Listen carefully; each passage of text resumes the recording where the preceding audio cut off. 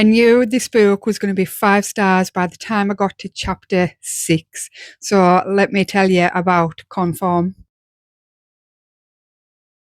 So this one has got snippets of The Hunger Games, The Handmaid's Tale, and a whole lot of its very own dystopian vibes.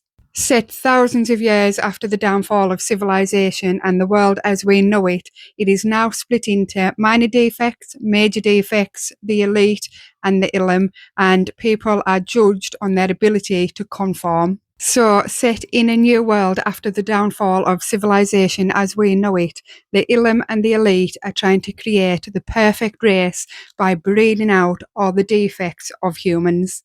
So the ilum and the elite pretty much live in the clouds in skyscrapers, and they are looking down on all the humans on the ground and the ones that live underground. Now, the women, if the women are deemed fertile, they will enter a procreation contract with an elite to produce this perfect offspring.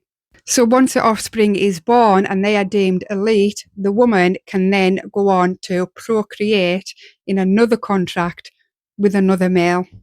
If the offspring isn't elite and is deemed to have a defect, minor or major, the female is sent to the blue, underground, to live out the rest of their days, or they can be sent to the sanctuary. So Emmeline, our FMC in this book, unfortunately was born to an elite family with a minor defect. So she was outcast and sent to live in the grey.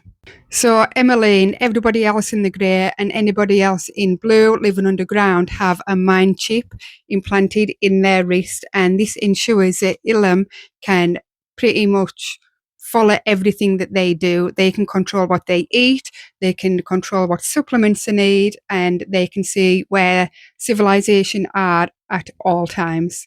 So Emmeline, like majority of the others in the grey and the blue, are sent to an academy where they are pretty much groomed to live by the rules of the Ilum. And each rule comes in rule 1, you must obey your mate. Rule 2, you can never say no to your mate. And now Emmeline has a huge role to play.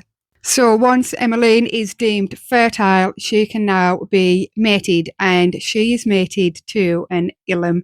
But unfortunate for Emmeline, she's now caught in a love triangle between the illum, which she was groomed to believe were the perfect society, and Hal. Hal is a member of the blue. Hal is a major defect that lives below ground. Then comes the uprising. So Emmeline is now caught between the side of the illum and the side of the major defects. So amongst this love triangle, Emmeline now has to decide, is she a part of the elite and the illum, or is she going to join the uprising with the majors and the blues underground?